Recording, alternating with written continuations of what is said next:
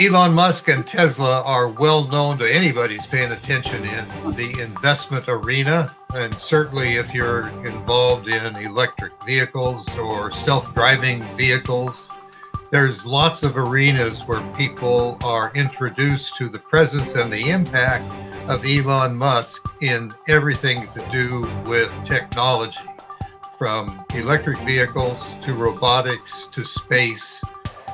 He's an innovator, and people are having a hard time getting used to the realities that are upon us and changing our way of life.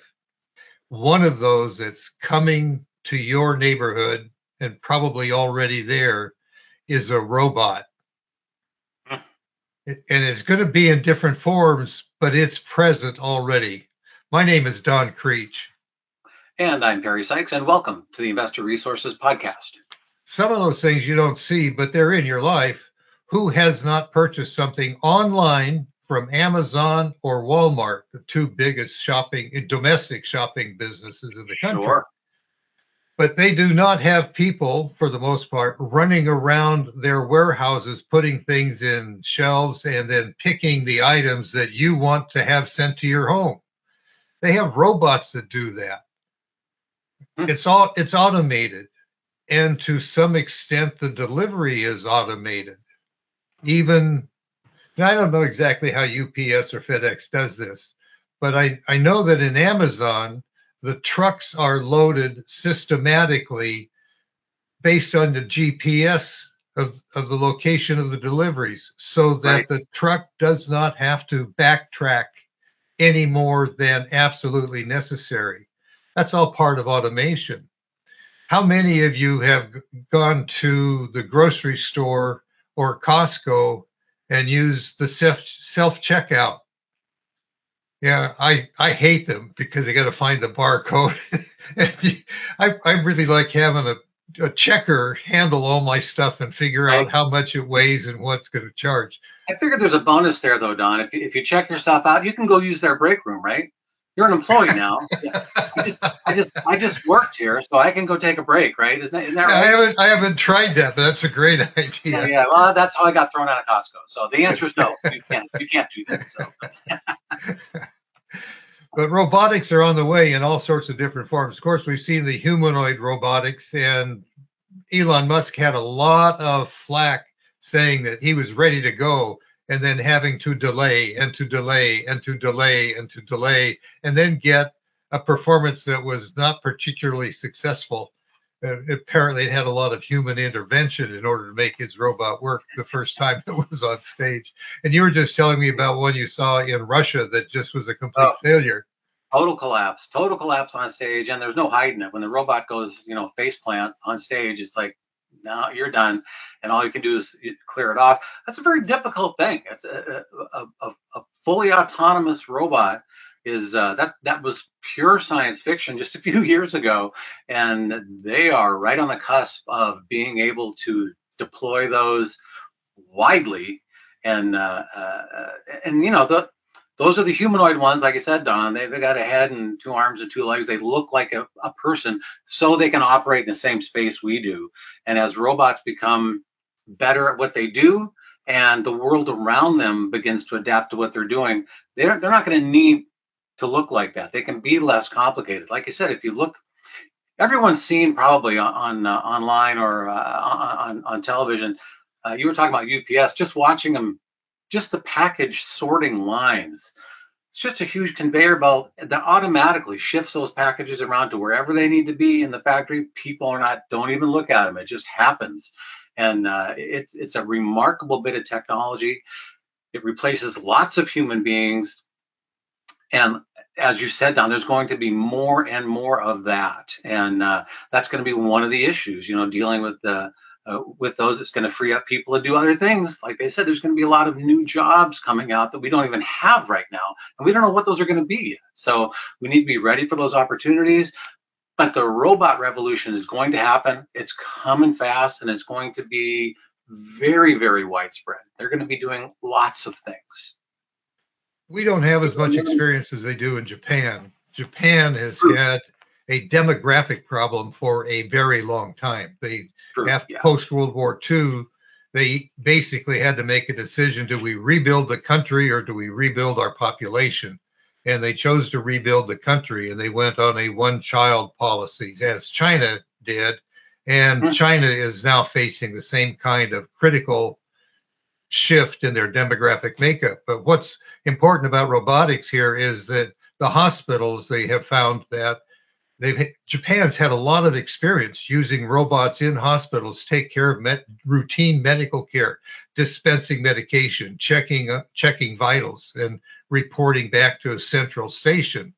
But we know that robots can dispense medication with a higher degree of accuracy than a nurse and a doctor can.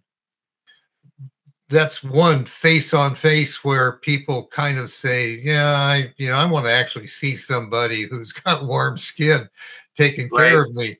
But as Right. we face an aging population and a fundamentally enormous change in long-term care requirements of people unable to take care of themselves with dementia, Alzheimer problems, we're going to find that we have to integrate some sort of robotics in order to take care of that.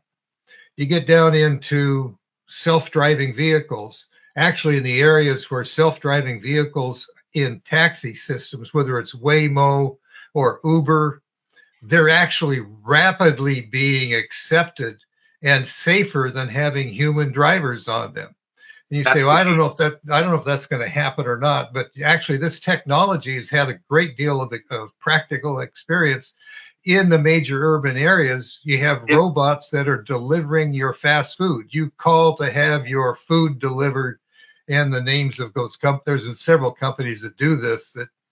And you basically have little boxes that are running up and down the street and show up at your doorstep. And I guess they ring your doorbell or call your phone. And you go outside, open the door. They don't open the door for you. You have to open the door. You pop the top off, and there's your food. Well, those are GPS oriented that run around communities, know where they are, know how to read traffic lights, get across the street. Well, that's just a smaller version of self-driving vehicles. We have a client who has a Tesla Cybertruck. Changed his way of driving. He said, I get in, tell it where I want to go, and I go there. Now, he has to keep his hands near the steering wheel, but not on it. Correct. And that's the consumer end. No less than the United States Postal Service has tractor trailers driving autonomously, running in between giant mail hubs. They still have somebody sitting in the driver's seat, but they're hands off, completely hands off now, end to end. And so they're on the 18 wheelers out there, tractor trailer loaded with mail, moving that stuff every day. So they're on the freeway daily today. So again, like you said, now this is not coming. This is here. It's just growing, and you're going to see more and more of it. And the acceptance rate is so far has been very quick, and because people see the advantages right away.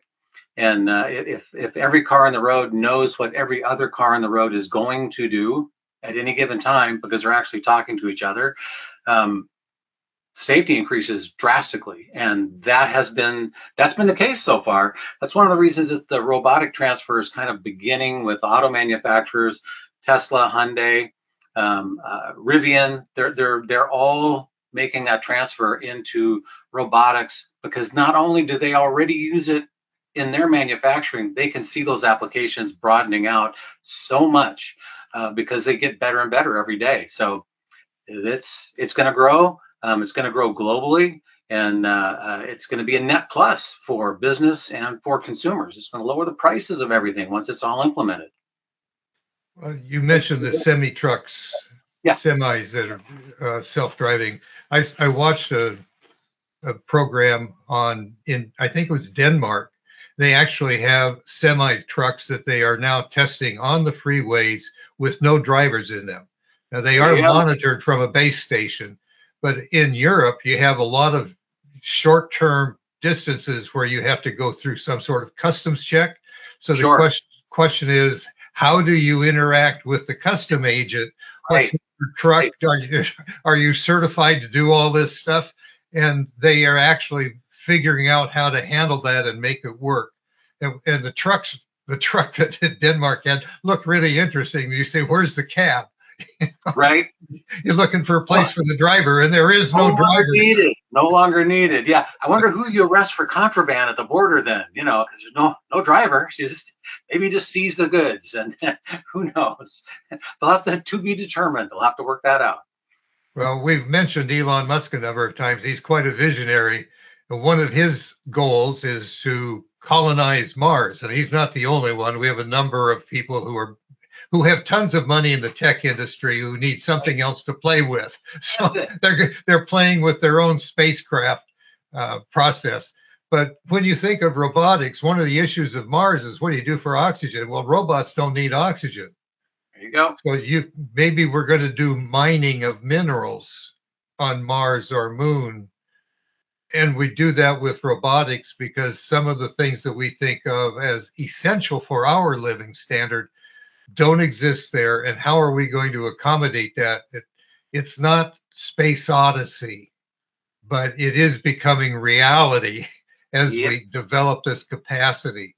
Now, one of the negatives here is that people are looking at robotics and saying, "I'm going to lose my job." Sure. That generates a great deal of fear, and it causes us to freeze up and not look at what is an opportunity that's opening up that we can capitalize on. There is a learning curve that is going to be addressed. So it's a societal change. We are going to have to figure out how we train people to do something else other than what they thought they were going to do. They went to college and got a degree and said, "I'm going to be fill in the blank." Right. And now AI has replaced the blank, whatever it is. Yep. And I still have to pay back a college loan. I'm not sure I like this arrangement. So, right. And how big a danger is this to the future? And looking at history, it doesn't matter if it's the invention of steam power or electrification or establishing assembly lines at a level that had never been seen before. All of those were feared that, oh no, internal combustion engine. Now we have tractors. Anybody that had anything to do with horses, they're all going to be out of work. And for a large section, that's true. But after the fact, there's always more jobs than there were before. The productivity increase spreads through the economy, and more things are possible. And the anxiety comes from not knowing where those jobs are going to be. We don't know what the requirements are going to be, what we're going to be looking for. But history tells us there are going to be more jobs after the revolution, whatever it is, than before. That's been the case to this point, and there's no reason to think that's going to derail. Now it's just a matter of we're not sure what those jobs are going to be, and everyone's going to have to be a little adaptable for what's coming up. All of the industrial revolutions in the past have raised the standard of living across the board. Right. This one is too. And when that happens, people have more money, they have more free time, and with that, they do more things and they demand more things that they didn't even know they wanted before because they didn't exist. But now they say, that's going to be an enhancement in our lifestyle. I want to do that, or I want to buy that, and I need more income in order to do that. I need a different job. I get that job, I make more money, I have an easier lifestyle. It is a compounding effect of quality for those who are willing to embrace the fact that life is changing. It's always going to change. And for those who are young, our children and our grandchildren, they're looking at a whole new world that none of us actually ever imagined was going to be. In fact, you turn around and you think at the way things were in your life 20 or 30 years ago, and did you imagine they would be this way today? And the odds are no. You probably didn't. Right. But we never figured we would have computers that we would stick in our back pocket and walk around so that we could search the world of the universe of the world's knowledge. 20 years ago, nobody was lusting after the newest smartphone because there weren't any. didn't exist yet, and now nobody can see their life without one. That's how fast things change. That changes our investment opportunities too. If you're confused about what you are doing presently and want to talk to us about it, we'd be glad to do that. You've got the phone number on the screen, the email on the screen. It's a free call and a free conversation. If you have found this to be an interesting podcast, pass the link on to your friends, family, and coworkers. We'd appreciate that. Subscribe so you don't miss the next one. But thanks for being with us today, and have a great day.